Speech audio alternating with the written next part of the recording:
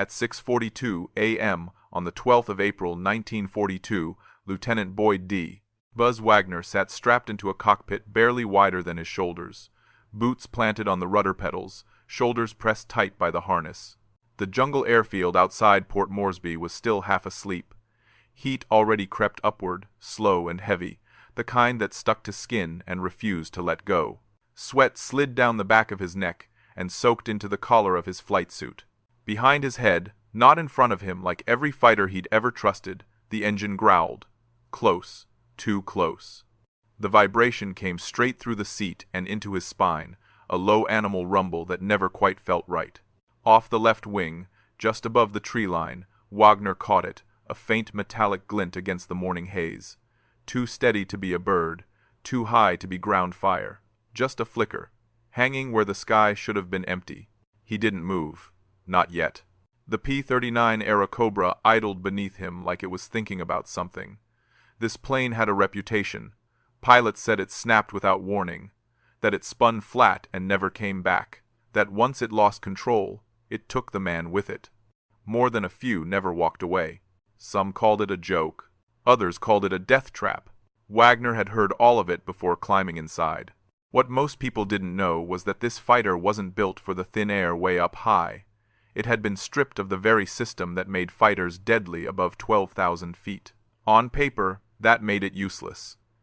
In this war, it made it different. Down here, below 10,000 feet, where the heat pressed close and the fighting happened fast, the rules changed. The glint moved again, just a hair, sliding left to right. Japanese 0, maybe 2. Wagner eased his grip on the stick. He didn't climb. He didn't turn. He let the Airacobra roll forward, low and quiet, the engine growling behind him like a warning. This plane wasn't supposed to survive a dogfight, and the men coming in from the sun had no idea what it carried in its nose or how Wagner planned to use it. The distance closed, and something about this encounter was already wrong. The men on the ground didn't say much as Wagner taxied out earlier that morning. They never did when a P-39 rolled past. Some looked away. One crew chief shook his head, slow and quiet, like he was watching a bad bet play out.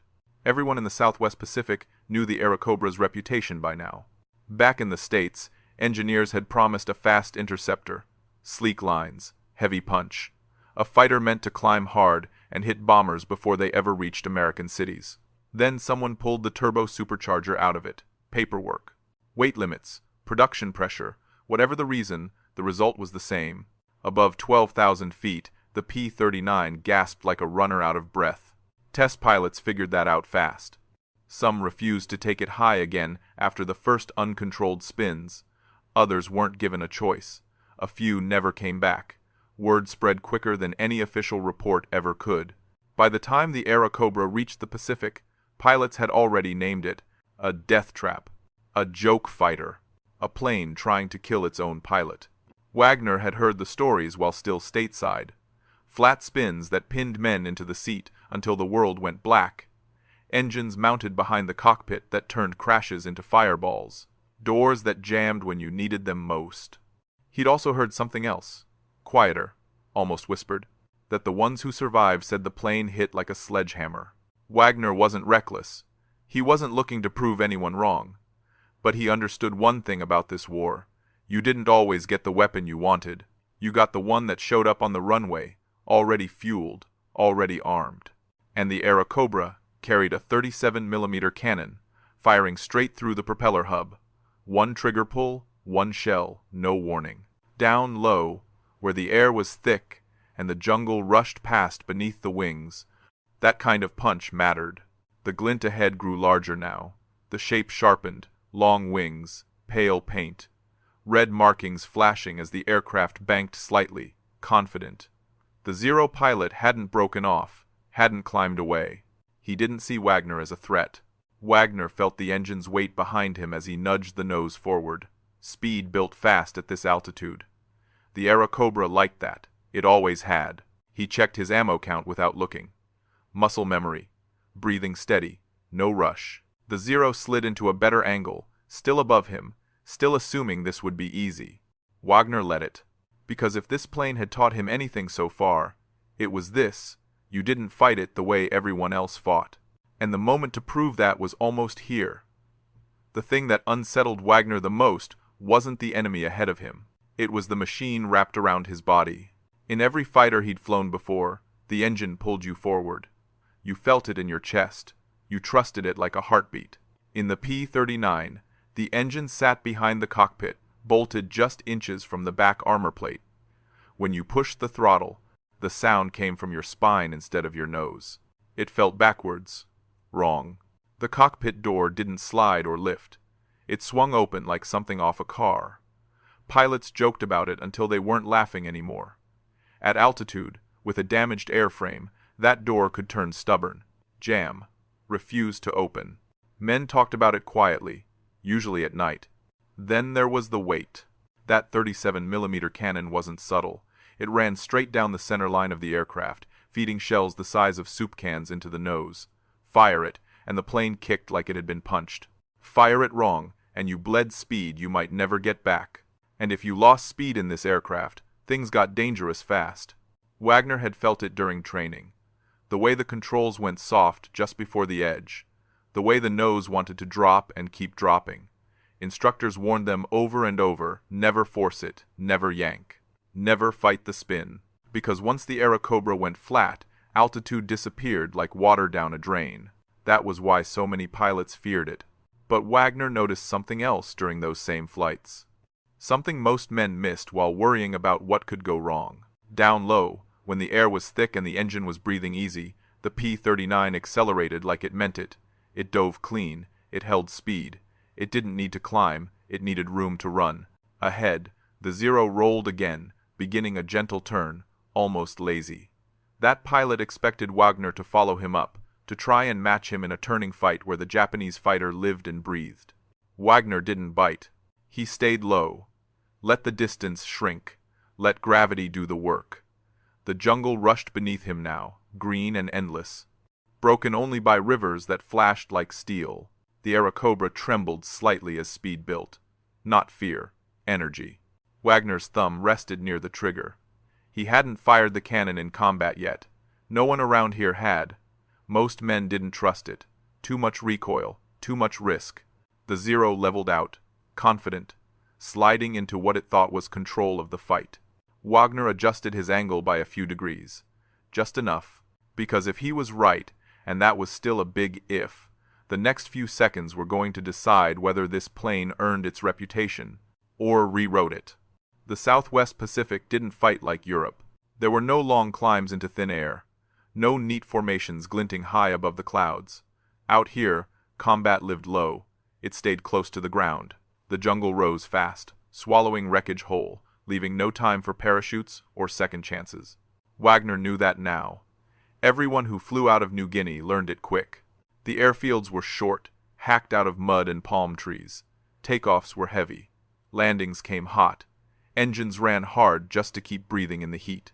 And when contact came, it came fast, usually below 10,000 feet, often lower than that. Exactly where the P-39 stopped being a liability. The Zero ahead of him dropped another 100 feet, sliding into the kind of altitude Japanese pilots preferred. Tight turns, quick climbs. They ruled that space early in the war. Most American pilots learned the hard way not to follow them into it. Wagner watched the Zero's tail carefully, counted the seconds between control movements. He wasn't hunting for elegance. He was hunting for a mistake. The Airacobra surged forward as he eased the throttle. The engine behind him roared louder now, the sound filling the cockpit until there was nothing else. No radio chatter, no ground noise, just vibration and wind. He stayed below the Zero's nose, hidden in its blind spot. This was the moment where instinct told a pilot to pull up and turn. To dogfight the way every training manual described. Wagner ignored it. He let the P-39 run straight and fast, skimming the air like a thrown knife. The Zero finally noticed. Its wings twitched. The nose dipped, then snapped into a hard bank, trying to drag Wagner into a turning circle. The kind of fight the Airacobra couldn't survive for long. Wagner didn't turn with him. He pushed the stick forward instead. The Airacobra dropped, nose down, speed building fast. Wind screamed along the canopy. The jungle blurred beneath him. Then he pulled up just enough to bring the Zero back into his sights. The range collapsed in seconds. This wasn't how the P-39 was supposed to be used. Not according to the men who designed it, not according to the pilots who feared it. But Wagner felt something click into place. The plane wasn't fighting him. It was stable, solid, waiting. His thumb tightened. The cannon hadn't spoken yet, and when it did, there would be no warning shot. Only the answer. The distance collapsed to less than 200 yards. At that range, everything felt louder. The engine's growl behind Wagner pressed harder into his back. The stick vibrated lightly in his right hand. The Zero filled more of the gun sight with every heartbeat, its pale wings sharp against the green blur below. Wagner didn't fire the machine guns. He waited. The Zero pilot committed to the turn, tightening it, confident the American would overshoot or stall, trying to keep up. That confidence was common early in the war. It killed a lot of men. Wagner eased the nose just a touch higher, not enough to bleed speed, just enough to line it up. He squeezed the trigger once. The 37mm cannon spoke with a single heavy thud, not a rattle, not a spray, one blunt udar of force that kicked through the airframe and into Wagner's chest. The Airacobra lurched, then steadied, like it had been waiting for permission. The shell crossed the gap in a blink. It hit the Zero just behind the engine cowling. There was no long fight after that, no spiraling dance, no second pass. The Japanese fighter tore open mid-air, panels ripping free, smoke bursting outward as if the plane had exhaled its last breath all at once. The Zero rolled sharply left, then pitched down, straight into the jungle. Wagner didn't cheer, didn't speak. He kept flying, eyes scanning, hands calm.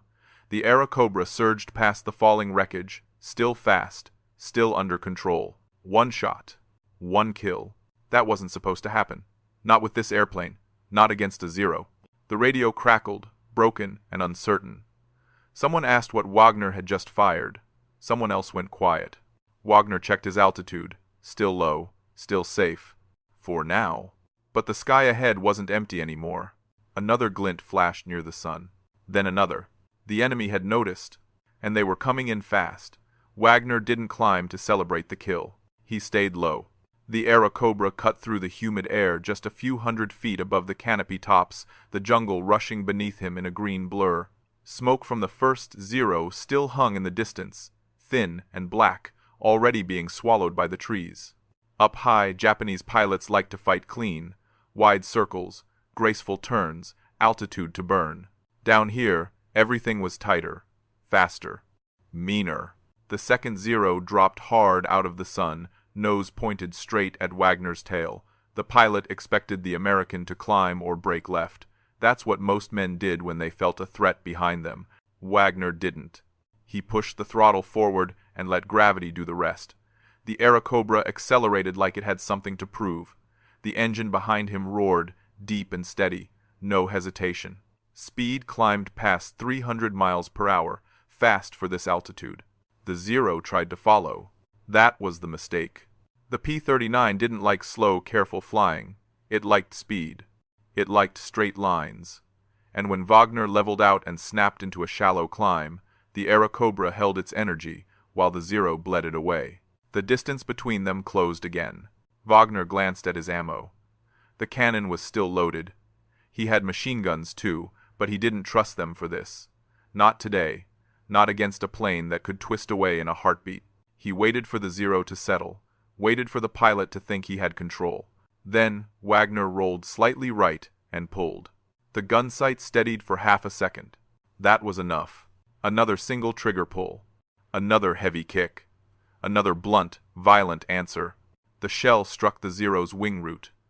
The fighter snapped apart unevenly, one wing folding while the fuselage spun away, trailing fire and debris. It vanished into the jungle without a sound Wagner could hear. 2 Zeros. 2 cannon rounds. The radio went dead quiet now. The Airacobra flew on, steady and sure, like it had finally found the kind of fight it was born for. Wagner felt it in the controls, the balance, the confidence. But he also knew something else. The enemy wouldn't keep making the same mistake. And this plane still had a dark side, one that waited patiently for pilots who pushed it too far. Ahead, the sky shimmered with heat, and Wagner felt the first warning tremor in the controls. The tremor wasn't violent, not yet. It came through the stick, like a question, a soft, uneasy vibration that told Wagner the Airacobra was getting close to a line it didn't forgive. Speed was bleeding off faster than he liked. The last pull had been hard, necessary. But this plane remembered every mistake. Wagner eased the nose down immediately. He didn't argue with it. Below him, the jungle stretched unbroken for miles, thick and unforgiving. No clearings, no friendly strips. If the Airacobra decided to stop flying, there would be no walking away. He leveled out just above the treetops, letting speed build again. The vibration faded, the controls firmed up. The plane settled, almost relieved. That's when he saw them. 2 more Zeros, wide apart, coming in low from the east. They weren't diving blindly anymore. These pilots had seen what happened to their wingmen. They kept their distance, stayed fast, smarter now. Wagner's jaw tightened. This was the moment where fear crept back in. Not loud, not dramatic, just a quiet awareness that the odds were shifting. The Airacobra could hit hard, but it couldn't dance forever. One wrong pull, one slow turn, and the stories would catch up to him. The Zeros split, one climbing slightly, the other dropping lower, trying to box him in. Wagner made a decision. He didn't chase either one. Instead, he pointed the nose straight ahead and ran. The Airacobra surged forward, skimming so low that the treetops blurred into a single dark smear. Wind tore past the canopy. The engine behind him howled like it wanted more. The Zeros followed, surprised but persistent. They expected him to climb eventually, to turn, to give them the fight they wanted. Wagner counted seconds in his head, watched their spacing, felt the plane's weight shift as speed climbed. Then he did something they didn't expect. He pulled up just enough to force a choice, and one of the Zeros took the bait. The Zero on Wagner's right rolled in harder than the other, nose dropping, pilot hungry to close the gap. He wanted the kill quick, wanted to drag the American into a tight, twisting fight where muscle memory took over. Wagner felt the Airacobra respond as he eased the stick back. Not a climb, just a rise. Enough to bleed the Zero's speed. Enough to make the enemy pilot think he'd finally forced the mistake. The jungle fell away beneath them. The air grew thinner by the second. This was the knife fight zone. The second Zero stayed high, cautious now, watching, waiting for Wagner to lose control. Everyone knew the P-39's reputation up here. You pushed it too hard, and it punished you. Wagner let the first Zero slide closer. Too close. He snapped the Airacobra left, not into a full turn, but a brutal, short cut across the Zero's path. The controls felt heavy, honest. The engine behind him growled, deep and steady, like it approved. The Zero overshot. Just a blink. Just long enough. Wagner fired the machine guns first this time. Short burst. Tracers streaked past the enemy canopy, forcing the pilot to jink hard. That sudden movement exposed the belly of the aircraft, thin, vulnerable, unarmored. Wagner didn't hesitate. He fired the cannon. The recoil slammed through the airframe. The shell punched into the Zero's underside and detonated inside. The fighter buckled midair, folding in on itself before dropping nose first, trailing smoke and fragments. 3 kills. But Wagner didn't have time to process it. The second Zero dove immediately, screaming down from above, faster than the others. This pilot had learned. He didn't turn, he didn't slow. He came straight in, guns flashing. Tracer rounds snapped past Wagner's canopy. One streaked so close it lit the cockpit for a split second. Things got real fast. Wagner shoved the stick forward and dove, hard. The Airacobra followed willingly, speed exploding as gravity took over. The jungle rushed up like a wall. But the controls began to soften again. And this time, the warning came sharper. The plane was reaching its limit. The stick went light in Wagner's hand. Not loose, not dead, just uncertain. Like the Airacobra was asking him a question it already knew the answer to. Speed screamed past 300 again as the jungle surged upward. Wagner eased back to level out, careful, controlled, and the plane shuddered in response. A deep, unsettling wobble rolled through the fuselage. Too much pull. Too much angle. The nose started to yaw. Every warning he'd ever heard about this aircraft came rushing back at once. The flat spins, the pilots who forced it, The ones who never recovered, the ones who rode the rotation all the way down. Wagner didn't fight it. That was the difference. He relaxed the stick. Let the nose drop. Let the plane breathe. The Airacobra rolled slightly, then another shudder hit, sharper this time, before the controls firmed up again. Altitude burned away in seconds. The treetops were close enough now that Wagner could see individual palms whipping in the slipstream. He leveled out just above them, heart steady but loud in his chest, sweat soaking through his gloves. The Zero was still there. The Japanese pilot had stayed high, patient, waiting for the American to lose control.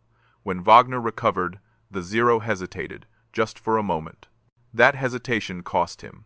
Wagner stayed low and fast, refusing to climb back into danger. He forced the Zero to choose, stay high and lose him, or come down where the Airacobra could run. The Zero dropped. That was the last thing Wagner needed. But the cannon indicator blinked. He was down to his final round. One shell left, one chance. And the enemy was closing. Wagner felt the weight of that last shell more than he'd felt the recoil of the others. One round left in the nose, no margin, no follow-up. If he missed, this turned into a running fight he couldn't afford, not with a Zero that had already learned his tricks. The Airacobra tore across the treetops, fast and low, engine roaring behind him like a warning siren. The jungle heat shimmered ahead, bending the horizon just enough to hide distances. Wagner kept his eyes moving, always scanning, always counting. The Zero stayed back this time, smarter now. The pilot didn't rush. He slid into position above and slightly behind, waiting for Wagner to make the mistake every P-39 eventually made. Climb too hard. Turn too tight. Bleed speed. Wagner didn't give him that. He flew straight, longer than felt comfortable. Let the tension stretch. Let the enemy wonder. Then he dipped the nose just a few degrees and built speed again. The Airacobra responded instantly, heavy but honest, slicing forward through the thick air. Wagner felt the plane settle into its strongest state. Fast, stable, dangerous. The Zero committed. He came down in a shallow dive, guns flashing, tracers stitching the air behind Wagner's tail. One round punched through the Airacobra's wingtip, tearing fabric loose. The plane shuddered, but kept flying. Wagner didn't look back. He waited. At the last possible moment, he rolled hard left and pulled just enough to force the Zero to overshoot. Not a full turn, not a climb. A violent, compact maneuver that traded altitude for position. The Zero streaked past his canopy. For half a second, Wagner saw the pilot's helmet. That was all he needed. But the Airacobra was already bleeding speed, and the stall warning was starting to whisper again. The whisper grew louder. Not a sound exactly, more a feeling. The kind that crept up your arms and settled in your chest. The Airacobra was slowing. Wagner could feel it in the way the controls resisted him now, in the way the nose wanted to wander instead of obey. He had seconds, maybe less. The Zero was crossing his field of view, sliding left to right, trying to climb back into advantage. The pilot had overshot, but not by much. Another heartbeat, and he'd be gone, above, faster, safe. Wagner didn't hesitate. He ignored the instinct to pull harder. Instead, he pushed the nose down. The Airacobra dropped like a stone. Wind tore at the canopy. The engine behind him screamed, feeding power straight into the dive. Speed came back just enough. Not comfortable, just usable. The Zero pilot saw it too late. Wagner brought the gun sight up slowly, carefully, letting the enemy aircraft drift into the center like it was meant to be there all along. He didn't chase it. He didn't rush. He waited until the Zero filled the glass. This was the last shell, the only one that mattered. Wagner squeezed the trigger. The cannon fired with a single, brutal udar. The recoil slammed through the cockpit, rattling Wagner's teeth. The Airacobra lurched, then steadied, hanging in the air for a breathless moment. The shell hit the Zero dead center. There was no fireball, no long break apart, just a violent shudder as the aircraft folded in on itself, nose snapping down, wings tearing free as it vanished into the jungle below. Silence rushed in behind it. 4 enemy fighters, 4 kills, and Wagner was still flying. But the Airacobra wasn't done reminding him how close he'd come. The engine coughed once, hard. The cough came again. Short, sharp, mechanical. Wagner's eyes snapped to the gauges. Oil pressure wavered, then steadied. The engine didn't quit, not yet, but the message was clear. The Airacobra had taken enough punishment for one morning. He eased the throttle back a fraction. Didn't want to shock it. Didn't want to ask for more than it could give. The jungle rolled beneath him, endless and indifferent, swallowing the smoke columns from the fallen fighters without a trace. The radio crackled back to life. Broken voices, confused numbers, someone asking if Wagner was still airborne. He answered once, calm, short, professional. 4, confirmed. There was a pause after that, the kind that told him nobody quite believed it yet. The adrenaline bled off slowly, leaving behind a heavy, deliberate focus. This was the dangerous part. Not the fighting, the coming down. Pilots made mistakes when they thought it was over. Wagner stayed low and headed west, following the line of a river that cut through the jungle like a scar. He didn't climb, didn't want thin air, didn't want to tempt the spin again. The Airacobra felt different now. Lighter, scarred, honest. It had tried to kill him more than once today. There was no denying that. But it had also done exactly what he asked when it mattered most. A fighter passed overhead, friendly markings flashing as it banked away. The pilot wagged his wings once. Acknowledgement. Wagner kept his eyes forward, his hands steady. The engine behind him settled into a rough but workable rhythm. The airstrip came into view at last, a brown slash hacked out of green, smoke drifting, men already running. He lined up carefully, because bringing this plane home was going to matter just as much as what it had done out there. The landing came in hot. Wagner kept the Airacobra fast and shallow, refusing to bleed speed too early. The engine still held, but every vibration felt louder now, sharper, like the plane was reminding him it had limits. The short jungle strip rushed up fast, framed by palms and smoke. He touched down hard. The tires bit into the dirt. The aircraft bounced once, then settled. Wagner stood on the brakes, jaw tight, steering with careful pressure as the P-39 shuddered and slowed. Dust and debris blasted past the canopy. When the plane finally rolled to a stop, the engine coughed one last time and went quiet. Silence filled the cockpit. Wagner sat there for a moment, hands still on the controls, listening to the ticking metal as the Airacobra cooled behind him. Sweat ran into his eyes now that the tension was gone. He didn't wipe it away. Ground crew reached the aircraft in a hurry. One of them stopped short when he saw the wing damage. Another stared at the nose, at the cannon barrel darkened with smoke. They helped Wagner unstrap.